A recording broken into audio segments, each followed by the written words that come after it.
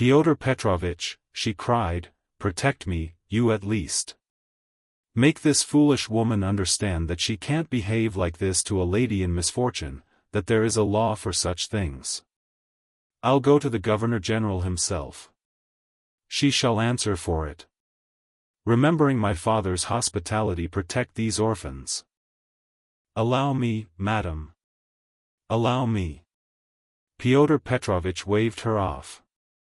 Your papa, as you are well aware, I had not the honor of knowing. Someone laughed aloud, and I do not intend to take part in your everlasting squabbles with Amalia Ivanovna. I have come here to speak of my own affairs, and I want to have a word with your stepdaughter, Sophia Ivanovna, I think it is. Allow me to pass. Pyotr Petrovitch, edging by her, went to the opposite corner where Sonia was. Katerina Ivanovna remained standing where she was, as though thunderstruck. She could not understand how Pyotr Petrovitch could deny having enjoyed her father's hospitality. Though she had invented it herself, she believed in it firmly by this time. She was struck too by the businesslike, dry, and even contemptuous menacing tone of Pyotr Petrovitch. All the clamor gradually died away at his entrance. Not only was this serious businessman strikingly incongruous with the rest of the party, but it was evident, too, that he had come upon some matter of consequence, that some exceptional cause must have brought him, and that therefore something was going to happen. Raskolnikov, standing beside Sonia, moved aside to let him pass. Pyotr Petrovitch did not seem to notice him. A minute later Lebeziatnikov, too, appeared in the doorway. He did not come in, but stood still, listening with marked interest, almost wonder, and seemed for a time perplexed. Excuse me for possibly interrupting you, but it's a matter of some importance, Pyotr Petrovitch observed, addressing the company generally. I am glad indeed to find other persons present. Amalia Ivanovna, I humbly beg you as mistress of the house to pay careful attention to what I have to say to Sophia Ivanovna. Sophia Ivanovna, he went on, addressing Sonia, who was very much surprised and already alarmed, immediately after your visit I found that 100-ruble note was missing from my table, in the room of my friend Mr. Lebeziatnikov. If in any way whatever you know and will tell us where it is now, I assure you on my word of honor and call all present to witness that the matter shall end there. In the opposite case I shall be compelled to have recourse to very serious measures, and then, you must blame yourself. Complete silence reigned in the room. Even the crying children were still. Sonia stood deadly pale, staring at Luzin and unable to say a word. She seemed not to understand. Some seconds passed. Well, how is it to be then? Asked Luzin, looking intently at her. I don't know. I know nothing about it, Sonia articulated faintly at last. No, you know nothing? Luzin repeated, and again he paused for some seconds. Think a moment, mademoiselle, he began severely, but still, as it were, admonishing her. Reflect, I am prepared to give you time for consideration. Kindly observe this. If I were not so entirely convinced I should not, you may be sure, with my experience venture to accuse you so directly. Seeing that for such direct accusation before witnesses, if false or even mistaken, I should myself in a certain sense be made responsible, I am aware of that. This morning I changed for my own purposes several 5% securities for the sum of approximately 3,000 rubles. The account is noted down in my pocketbook. On my return home I proceeded to count the money, as Mr. Lebeziatnikov will bear witness, and after counting 2,300 rubles I put the rest in my pocketbook in my coat pocket. About 500 rubles remained on the table, and among them 3 notes of 100 rubles each. At that moment you entered, at my invitation, and all the time you were present you were exceedingly embarrassed, so that 3 times you jumped up in the middle of the conversation and tried to make off. Mr. Lebeziatnikov can bear witness to this. You yourself, mademoiselle, probably will not refuse to confirm my statement that I invited you through Mr. Lebeziatnikov, solely in order to discuss with you the hopeless and destitute position of your relative, Katerina Ivanovna, whose dinner I was unable to attend, and the advisability of getting up something of the nature of a subscription, lottery, or the like, for her benefit. You thanked me and even shed tears. I describe all this as it took place, primarily to recall it to your mind and secondly to show you that not the slightest detail has escaped my recollection. Then I took a 10-ruble note from the table and handed it to you by way of first installment on my part for the benefit of your relative. Mr. Lebeziatnikov saw all this. Then I accompanied you to the door, you being still in the same state of embarrassment, after which, being left alone with Mr. Lebeziatnikov, I talked to him for 10 minutes. Then Mr. Lebeziatnikov went out and I returned to the table with the money lying on it, intending to count it and to put it aside, as I proposed doing before. To my surprise, 100-ruble note had disappeared. Kindly consider the position. Mr. Lebeziatnikov I cannot suspect. I am ashamed to allude to such a supposition. I cannot have made a mistake in my reckoning, for the minute before your entrance I had finished my accounts and found the total correct. You will admit that, recollecting your embarrassment, your eagerness to get away and the fact that you kept your hands for some time on the table, and taking into consideration your social position and the habits associated with it, I was, so to say, with horror and positively against my will, compelled to entertain a suspicion, a cruel, but justifiable suspicion. I will add further and repeat that in spite of my positive conviction, I realize that I run a certain risk in making this accusation, but as you see, I could not let it pass. I have taken action and I will tell you why, solely, madam, solely owing to your black ingratitude. Why? I invite you for the benefit of your destitute relative, I present you with my donation of 10 rubles and you, on the spot, repay me for all that with such an action. It is too bad. You need a lesson. Reflect.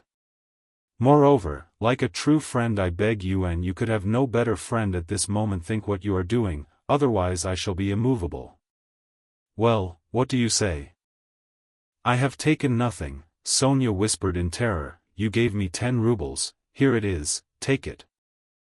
Sonia pulled her handkerchief out of her pocket, untied a corner of it, took out the 10-ruble note and gave it to Luzin. And the 100 rubles you do not confess to taking, he insisted reproachfully, not taking the note. Sonia looked about her.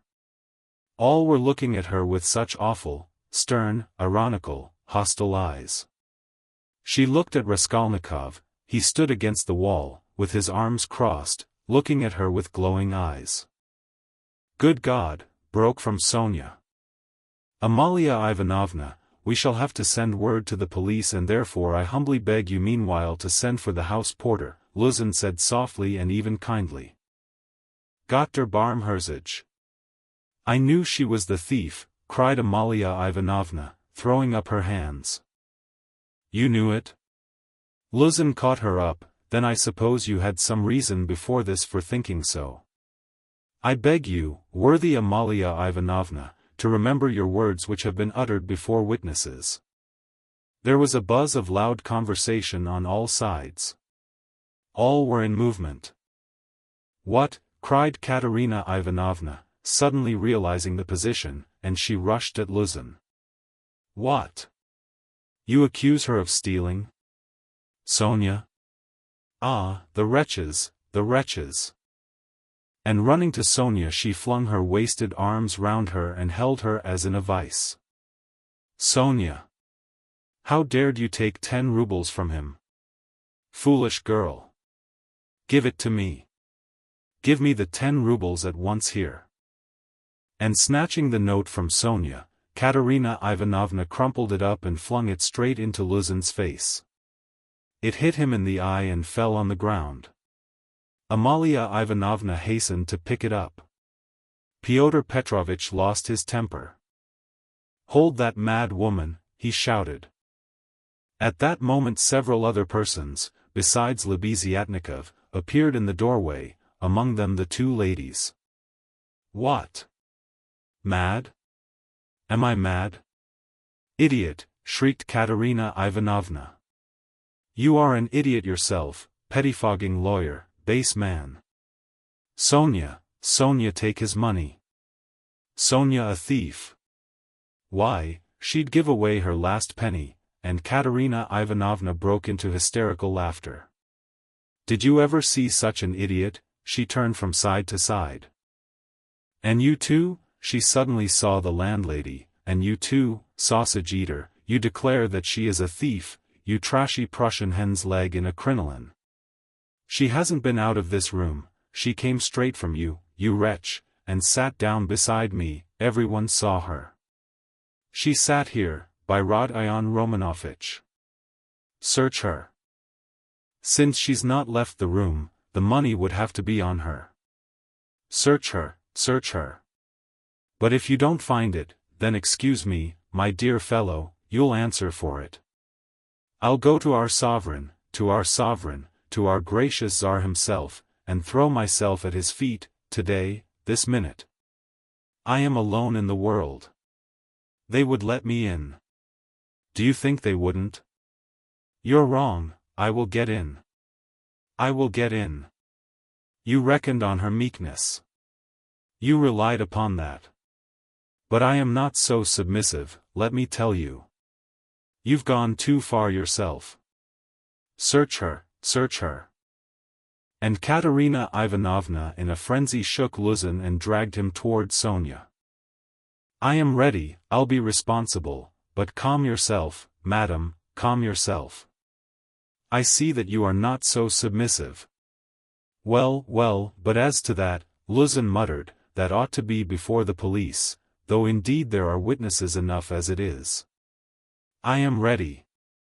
But in any case it's difficult for a man, on account of her sex. But with the help of Amalia Ivanovna, though, of course, it's not the way to do things. How is it to be done? As you will. Let anyone who likes search her, cried Katerina Ivanovna. Sonia, turn out your pockets. See. Look, monster, the pocket is empty, here was her handkerchief. Here is the other pocket, look. Juicy, juicy.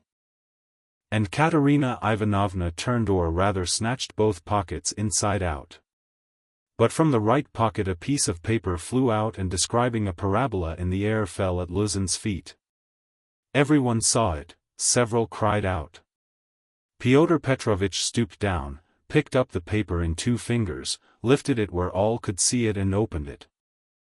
It was a 100-ruble note folded in 8. Pyotr Petrovitch held up the note showing it to everyone. Thief! Out of my lodging! Police, police, yelled Amalia Ivanovna. They must to Siberia be sent. Away! Exclamations arose on all sides. Raskolnikov was silent, keeping his eyes fixed on Sonia, except for an occasional rapid glance at Luzin. Sonia stood still, as though unconscious. She was hardly able to feel surprise. Suddenly the color rushed to her cheeks, she uttered a cry and hid her face in her hands. No, it wasn't I. I didn't take it. I know nothing about it, she cried with a heartrending wail, and she ran to Katerina Ivanovna, who clasped her tightly in her arms, as though she would shelter her from all the world. Sonia! Sonia! I don't believe it. You see, I don't believe it, she cried in the face of the obvious fact, swaying her to and fro in her arms like a baby, kissing her face continually, then snatching at her hands and kissing them, too. You took it. How stupid these people are. Oh dear. You are fools, fools, she cried, addressing the whole room, you don't know what a heart she has, what a girl she is. She'd take it, she'd sell her last rag, she'd go barefoot to help you if you needed it, that's what she is. She has the yellow passport because my children were starving, she sold herself for us. Ah, husband, husband. Do you see? Do you see? What a memorial dinner for you.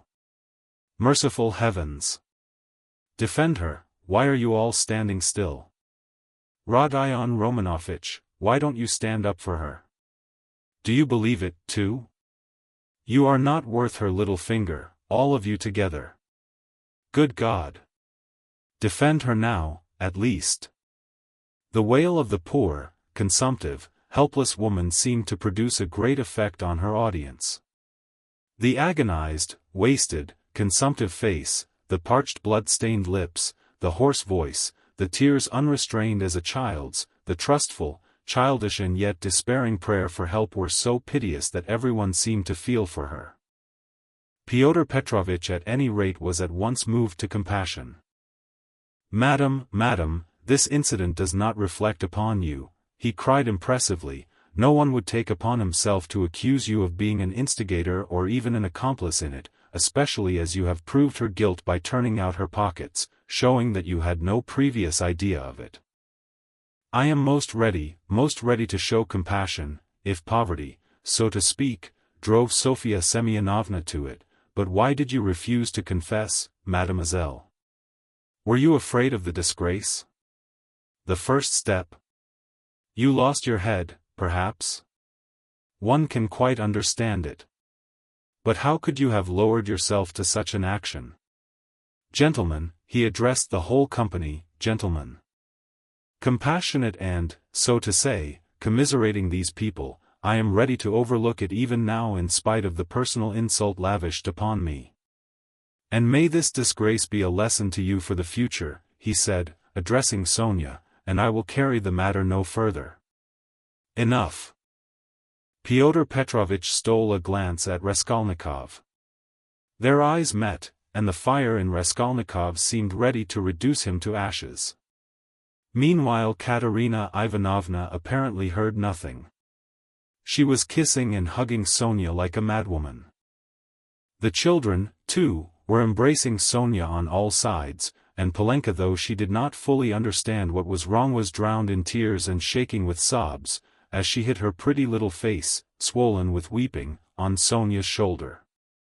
"How vile!" a loud voice cried suddenly in the doorway.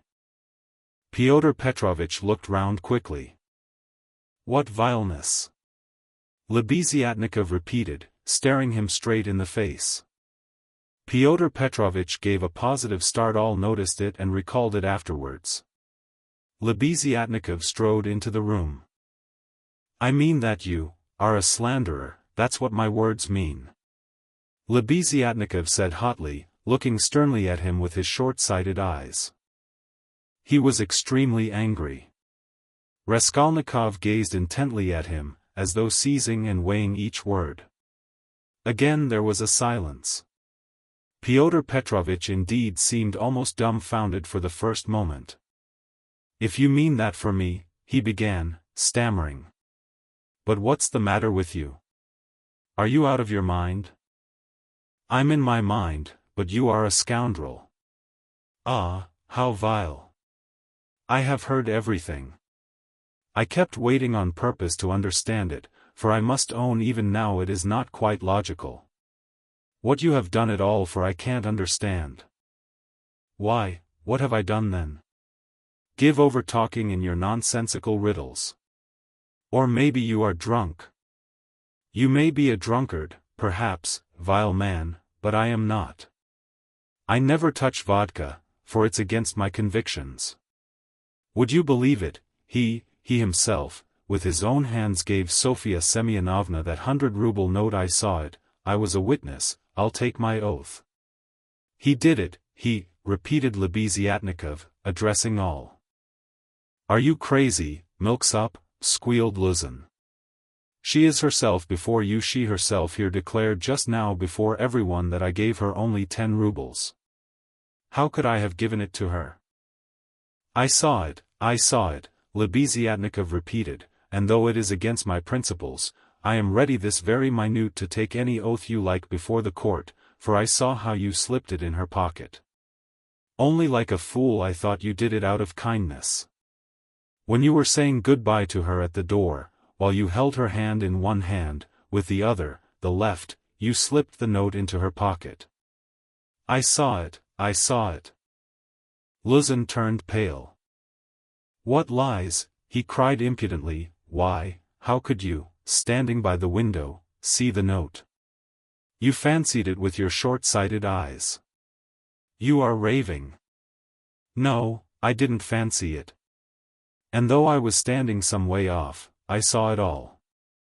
And though it certainly would be hard to distinguish a note from the window, that's true, I knew for certain that it was a 100-ruble note, because, when you were going to give Sofia Semyonovna 10 rubles, you took up from the table a 100-ruble note. I saw it because I was standing near then, and an idea struck me at once, so that I did not forget you had it in your hand. You folded it and kept it in your hand all the time. I didn't think of it again until, when you were getting up, you changed it from your right hand to your left and nearly dropped it. I noticed it because the same idea struck me again, that you meant to do her a kindness without my seeing. You can fancy how I watched you, and I saw how you succeeded in slipping it into her pocket. I saw it, I'll take my oath. Lebeziatnikov was almost breathless. Exclamations arose on all hands, chiefly expressive of wonder, but some were menacing in tone. They all crowded round Pyotr Petrovitch. Katerina Ivanovna flew to Lebeziatnikov. I was mistaken in you. Protect her. You are the only one to take her part. She is an orphan. God has sent you. Katerina Ivanovna, hardly knowing what she was doing, sank on her knees before him. A pack of nonsense, yelled Luzin, roused to fury. It's all nonsense you've been talking. An idea struck you, you didn't think, you noticed. What does it amount to? So I gave it to her on the sly on purpose? What for? With what object? What have I to do with this? What for? That's what I can't understand, but that what I am telling you is the fact, that's certain. So far from my being mistaken, you infamous criminal man, I remember how, on account of it, a question occurred to me at once, just when I was thanking you and pressing your hand. What made you put it secretly in her pocket? Why you did it secretly, I mean. Could it be simply to conceal it from me, knowing that my convictions are opposed to yours and that I do not approve of private benevolence, which effects no radical cure? Well, I decided that you really were ashamed of giving such a large sum before me. Perhaps, too, I thought, he wants to give her a surprise, when she finds a whole 100-ruble note in her pocket. For I know, some benevolent people are very fond of decking out their charitable actions in that way. Then the idea struck me, too, that you wanted to test her, to see whether, when she found it, she would come to thank you. Then, too, that you wanted to avoid thanks and that, as the saying is, your right hand should not know, something of that sort, in fact. I thought of so many possibilities that I put off considering it, but still thought it indelicate to show you that I knew your secret. But another idea struck me again, that Sofia Semyonovna might easily lose the money before she noticed it. That was why I decided to come in here to call her out of the room and to tell her that you put 100 rubles in her pocket. But on my way I went first to Madame Kobilatnikov's to take them the general treatise on the positive method, and especially to recommend Pidrit's article, and also Wagner's. Then I come on here, and what a state of things I find. Now could I have all these ideas and reflections if I had not seen you put the 100-ruble note in her pocket? When Lebeziatnikov finished his long-winded harangue with the logical deduction at the end, he was quite tired, and the perspiration streamed from his face. He could not, alas, even express himself correctly in Russian, though he knew no other language, so that he was quite exhausted, almost emaciated after this heroic exploit. But his speech produced a powerful effect. He had spoken with such vehemence, with such conviction that everyone obviously believed him. Pyotr Petrovitch felt that things were going badly with him. "What is it to do with me if silly ideas did occur to you?" he shouted. "That's no evidence. You may have dreamt it, that's all. And I tell you, you are lying, sir. You are lying and slandering from some spite against me, simply from pique, because I did not agree with your free-thinking, godless, social propositions. But this retort did not benefit Pyotr Petrovitch. Murmurs of disapproval were heard on all sides. "Ah, that's your line now, is it?" cried Lebeziatnikov. "That's nonsense. Call the police and I'll take my oath. There's only one thing I can't understand, what made him risk such a contemptible action? Oh, pitiful, despicable man. I can explain why he risked such an action, and if necessary, I, too, will swear to it," Raskolnikov said at last in a firm voice, and he stepped forward. He appeared to be firm and composed. Everyone felt clearly, from the very look of him, that he really knew about it and that the mystery would be solved. "Now I can explain it all to myself," said Raskolnikov, addressing Lebeziatnikov. "From the very beginning of the business, I suspected that there was some scoundrelly intrigue at the bottom of it. I began to suspect it from some special circumstances known to me only, which I will explain at once to everyone. They account for everything. Your valuable evidence has finally made everything clear to me. I beg all to listen. This gentleman," he pointed to Luzin, "was recently engaged to be married to a young lady, my sister, Avdotya Romanovna Raskolnikov. But coming to Petersburg he quarreled with me, the day before yesterday, at our first meeting, and I drove him out of my room. I have 2 witnesses to prove it. He is a very spiteful man. The day before yesterday I did not know that he was staying here, in your room, and that consequently on the very day we quarreled, the day before yesterday, he saw me give Katerina Ivanovna some money for the funeral, as a friend of the late Mr. Marmeladov.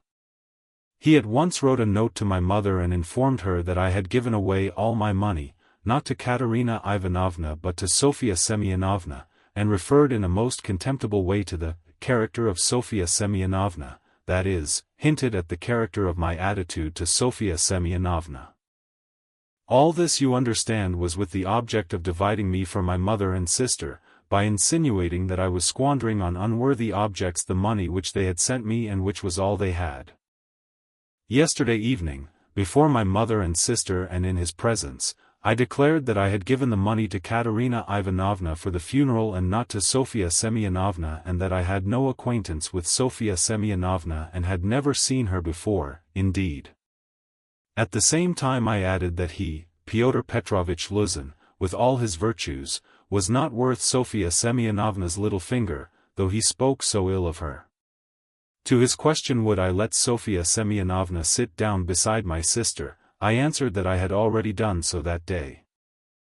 Irritated that my mother and sister were unwilling to quarrel with me at his insinuations, he gradually began being unpardonably rude to them. A final rupture took place and he was turned out of the house. All this happened yesterday evening. Now I beg your special attention. Consider. If he had now succeeded in proving that Sofia Semyonovna was a thief, he would have shown to my mother and sister that he was almost right in his suspicions, that he had reason to be angry at my putting my sister on a level with Sofia Semyonovna, that, in attacking me, he was protecting and preserving the honor of my sister, his betrothed. In fact, he might even, through all this, have been able to estrange me from my family, and no doubt he hoped to be restored to favor with them, to say nothing of revenging himself on me personally, for he has grounds for supposing that the honor and happiness of Sofia Semyonovna are very precious to me. That was what he was working for. That's how I understand it. That's the whole reason for it, and there can be no other. It was like this, or somewhat like this, that Raskolnikov wound up his speech, which was followed very attentively, though often interrupted by exclamations from his audience. But in spite of interruptions he spoke clearly, calmly, exactly, firmly. His decisive voice, his tone of conviction and his stern face made a great impression on everyone. Yes, that's it, Lebeziatnikov assented gleefully, that must be it, for he asked me, as soon as Sofia Semyonovna came into our room, whether you were here, whether I had seen you among Katerina Ivanovna's guests. He called me aside to the window and asked me in secret. It was essential for him that you should be here. That's it. Luzin smiled contemptuously and did not speak. But he was very pale. He seemed to be deliberating on some means of escape. Perhaps he would have been glad to give up everything and get away, but at the moment this was scarcely possible. It would have implied admitting the truth of the accusations brought against him. Moreover, the company, which had already been excited by drink, was now too much stirred to allow it. The commissariat clerk, though indeed he had not grasped the whole position, was shouting louder than anyone and was making some suggestions very unpleasant to Luzin. But not all those present were drunk. Lodgers came in from all the rooms. The three Poles were tremendously excited and were continually shouting at him, "The pan is a lajdak," and muttering threats in Polish. Sonia had been listening with strained attention, though she too seemed unable to grasp it all. She seemed as though she had just returned to consciousness. She did not take her eyes off Raskolnikov, feeling that all her safety lay in him. Katerina Ivanovna breathed hard and painfully and seemed fearfully exhausted. Amalia Ivanovna stood looking more stupid than anyone, with her mouth wide open, unable to make out what had happened. She only saw that Pyotr Petrovitch had somehow come to grief. Raskolnikov was attempting to speak again, but they did not let him. Everyone was crowding round Luzin with threats and shouts of abuse. But Pyotr Petrovitch was not intimidated. Seeing that his accusation of Sonia had completely failed, he had recourse to insolence. "Allow me, gentlemen, allow me. Don't squeeze, let me pass," he said, making his way through the crowd. "And no threats, if you please. I assure you it will be useless, you will gain nothing by it. On the contrary, you'll have to answer, gentlemen, for violently obstructing the course of justice. The thief has been more than unmasked, and I shall prosecute. Our judges are not so blind and, not so drunk, and will not believe the testimony of two notorious infidels, agitators, and atheists, who accuse me from motives of personal revenge which they are foolish enough to admit. Yes, allow me to pass. Don't let me find a trace of you in my room. Kindly leave at once, and everything is at an end between us. When I think of the trouble I've been taking, the way I've been expounding, all this fortnight. I told you myself today that I was going, when you tried to keep me, now I will simply add that you are a fool. I advise you to see a doctor for your brains and your short sight. Let me pass, gentlemen." He forced his way through. But the commissariat clerk was unwilling to let him off so easily. He picked up a glass from the table, brandished it in the air and flung it at Pyotr Petrovitch, but the glass flew straight at Amalia Ivanovna. She screamed, and the clerk, overbalancing, fell heavily under the table. Pyotr Petrovitch made his way to his room and half an hour later had left the house. Sonia, timid by nature, had felt before that day that she could be ill-treated more easily than anyone, and that she could be wronged with impunity. Yet till that moment she had fancied that she might escape misfortune by care, gentleness and submissiveness before everyone. Her disappointment was too great. She could, of course, bear with patience and almost without murmur anything, even this. But for the first minute she felt it too bitter. In spite of her triumph and her justification when her first terror and stupefaction had passed and she could understand it all clearly, the feeling of her helplessness and of the wrong done to her made her heart throb with anguish and she was overcome with hysterical weeping. At last, unable to bear any more, she rushed out of the room and ran home, almost immediately after Luzin's departure. When amidst loud laughter the glass flew at Amalia Ivanovna, it was more than the landlady could endure. With a shriek she rushed like a fury at Katerina Ivanovna, considering her to blame for everything. "Out of my lodgings! At once! Quick march!" And with these words she began snatching up everything she could lay her hands on that belonged to Katerina Ivanovna, and throwing it on the floor. Katerina Ivanovna, pale, almost fainting, and gasping for breath, jumped up from the bed where she had sunk in exhaustion and darted at Amalia Ivanovna. But the battle was too unequal. the landlady waved her away like a feather. What? As though that godless calumny was not enough, this vile creature attacks me. What? On the day of my husband's funeral I am turned out of my lodging. After eating my bread and salt she turns me into the street, with my orphans. Where am I to go? Wailed the poor woman, sobbing and gasping. Good God, she cried with flashing eyes, is there no justice upon earth? Whom should you protect if not us orphans? We shall see. There is law and justice on earth, there is, I will find it. Wait a bit, godless creature. Polenka, stay with the children, I'll come back. Wait for me, if you have to wait in the street. We will see whether there is justice on earth.